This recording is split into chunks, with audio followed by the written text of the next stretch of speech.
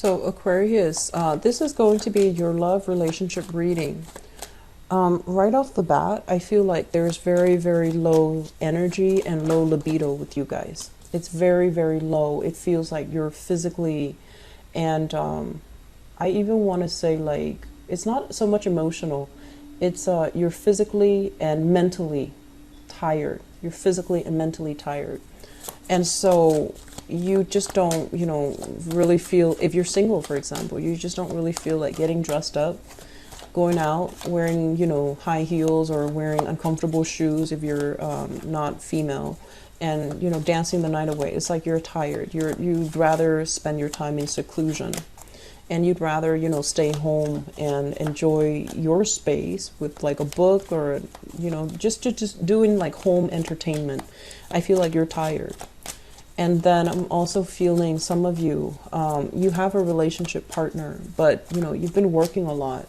So you might not have time to nurture the relationship or to even, get together often with your significant other. So I also see that coming in, but also that same energy before about interference when it comes to, your love relationship as well. That can be a little bit taxing. So let me talk about this. And I mentioned to the other signs, I'm trying to do the love reading in a little bit of a different style, mainly so that I can capture all the different narratives. So let's talk about this. We have here an earth sign. This is a Taurus, a Virgo, or a Capricorn, their sun, moon, or rising. This is the Page of Pentacles, okay? When I look at this person, I always feel like it's somebody that can be a little bit more on the materialistic end. So that means they care about, money. They care about how much someone makes. They care about appearances. They care about reputation and career and things like that. It doesn't mean they're unethical, but I also feel like it's somebody that talks a lot about money, how much they have, how much they don't have. It's somebody who places a little bit too much emphasis on material things, security things.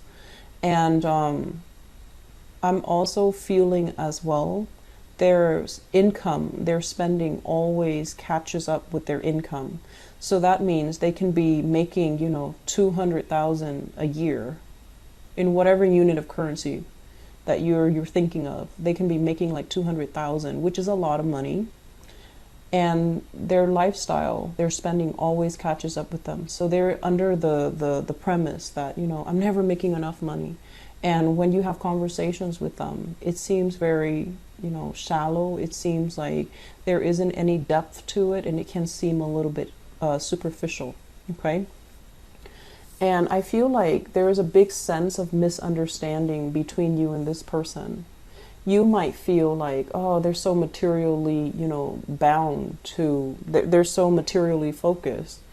How can I have a relationship with this person? How can I even have, how can I have more soulful connection with this person? Because there's so much on the surface and I want something a little bit deeper.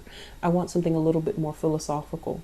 So you have to also understand where you're coming from versus where they're coming from.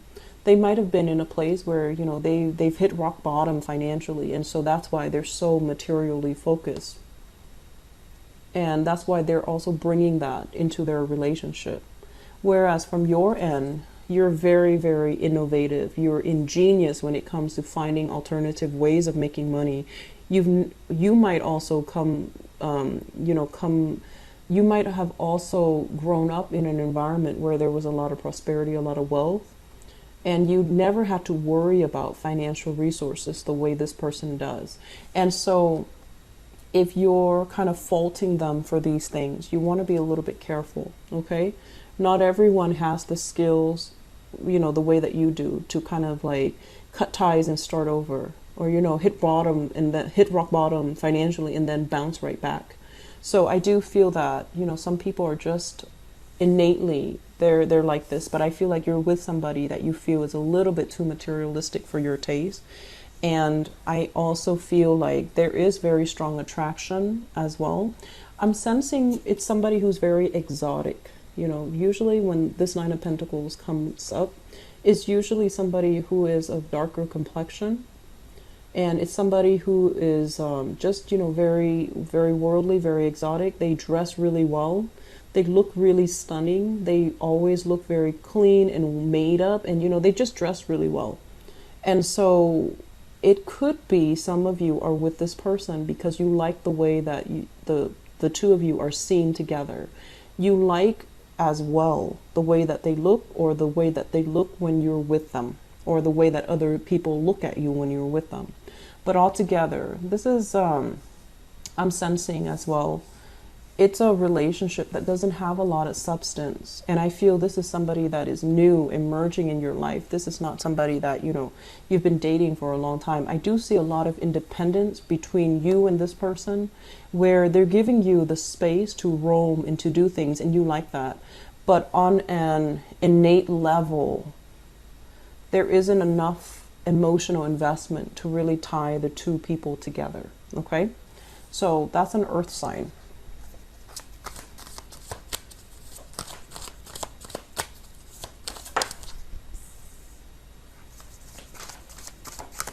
You have some attraction here in the workplace. People are really digging you.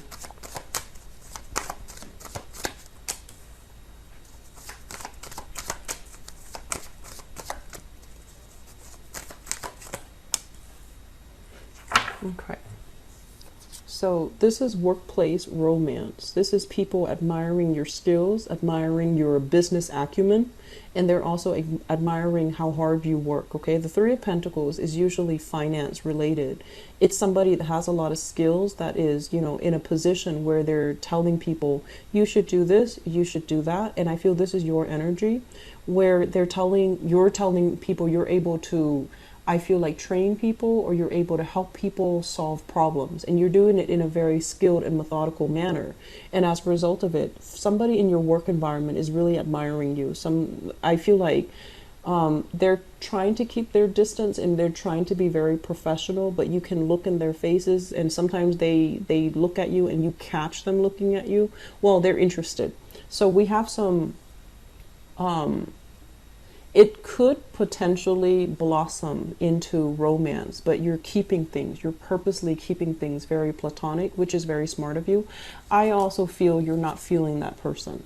Okay, we have here the Three of Swords, which is basically not really feeling it, not feeling that flutter in your stomach, not feeling your heart beat when the person is around. But I feel like somebody is just admiring you, but it feels very unrequited from your end. Okay, so I do sense this is the month they're gonna make themselves known. They're gonna say nice things about you. They're gonna also possibly, I want to say, like, throw in some nice compliments your way, or complimenting you to other people. And it's going to make you you're going to be made aware that they have, romantic intentions for you. Whether or not you go ahead with it, I just don't feel like dabbling in office romance is a smart move. So just be careful, okay? I just feel like you're going to be stumbling across a lot of admirers at work. And the people that admire you, it's not just for the way that you look, it's not just for the superficial reasons. They admire you because of your skills. So in a way, they admire you as a whole person. But I feel like you're keeping a very stone face. You're keeping, your professional distance, which is something I strongly would advise, because I don't feel this is going to be, worth pursuing. Okay. We have here Three of Pentacles, which is, love at work, and Three of Swords, disappointment. So when they're all linked together, you're best off not to make a move, and not dilly-dallying in that department. Okay.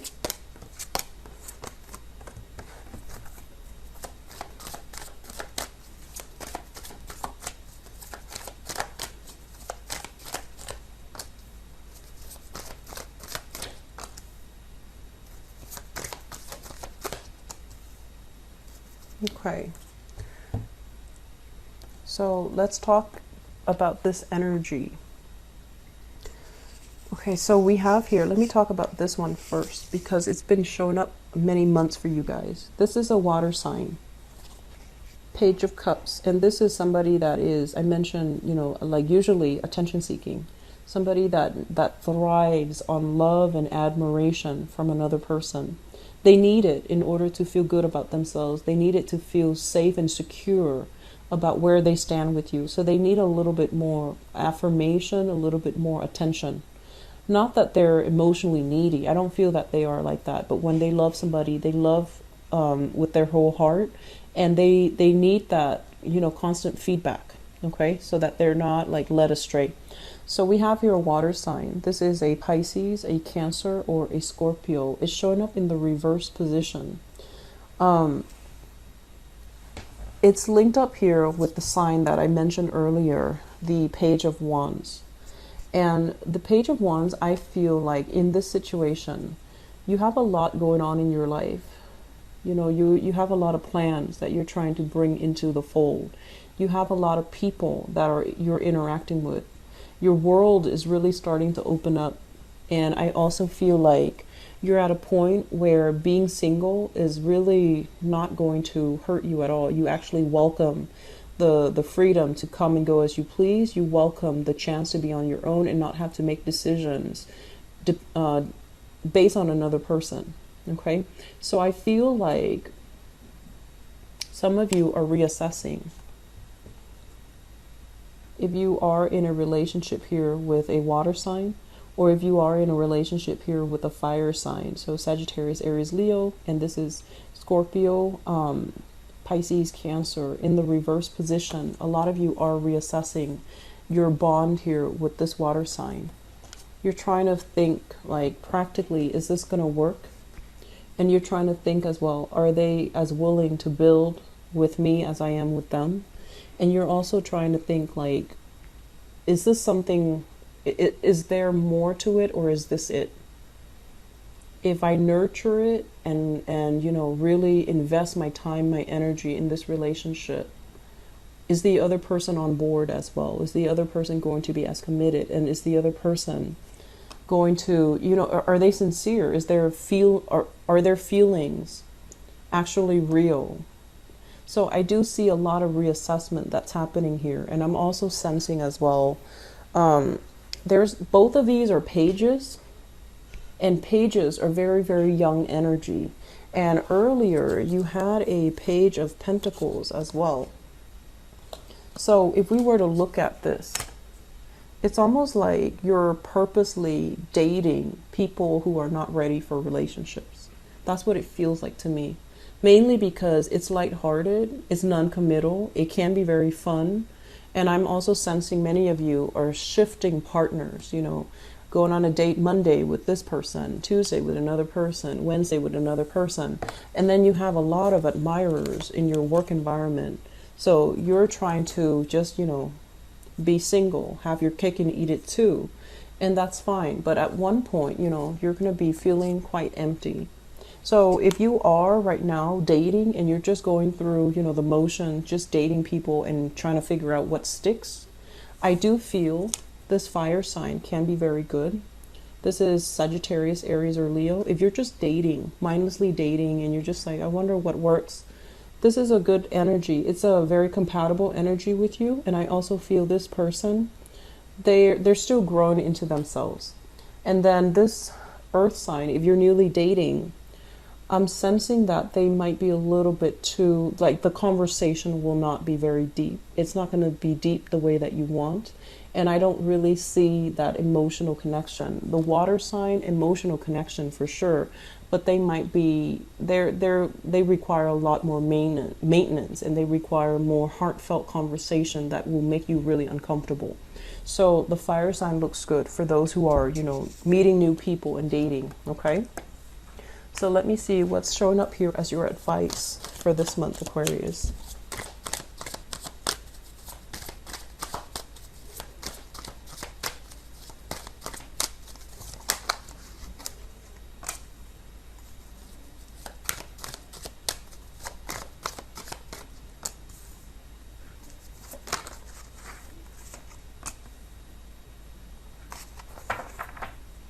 Okay.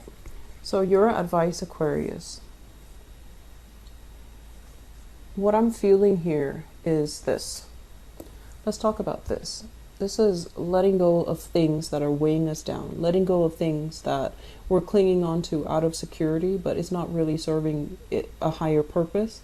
It's not entirely, I want to say, long-term building. So if you're just dating a lot of people and you're just going through the motions, right? And you're just like, I don't really want to build a relationship, but I want to have it all.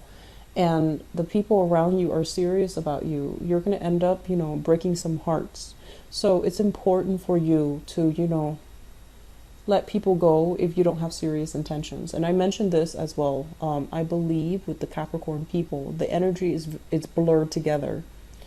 And so my advice here as well is if you're dealing with somebody that is, a lot more emotionally needy than you would like, it's not a good combination. And then it will inadvertently trigger a lot of jealousies, a lot of hostilities, and a lot of like, oh, you don't need me or you don't want me. So it can create a lot of friction in the relationship.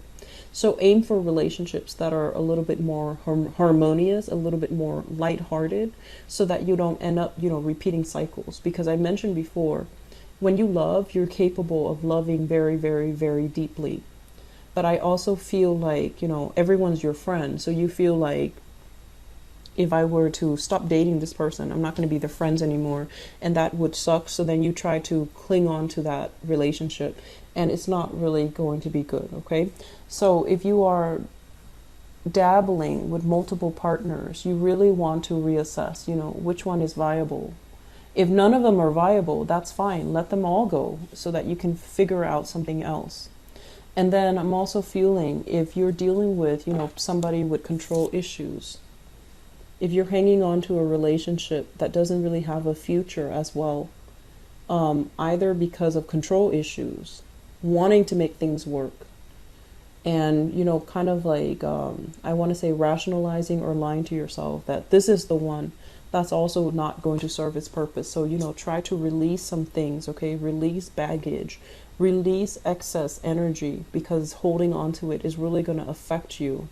It's really going to eat up your time. It's going to get you all distracted. And this is the month where you need to be very strong and you need to try to do the right thing. And you need to kind of like channel messages from your higher self in order to do the right thing and the ethical thing. And to avoid all of this mindless bickering, wasting your energy, arguing with people that don't really have, conversations that lead nowhere, I want to say. So it's a very good idea overall to release baggage, okay? If there are, disputes and things like that in relationship, try to approach it from a spirit of understanding as well. I do see bickering coming in between you and a relationship partner. In the general reading, I mentioned that. So it's really important for you to get yourself centered so that you're not wasting your energy with things or conversations that don't really have a resolution. All right. So I'm going to leave it at that. I wish you the best, Aquarius. Take care of yourself. Okay. And I'll be back. Bye bye.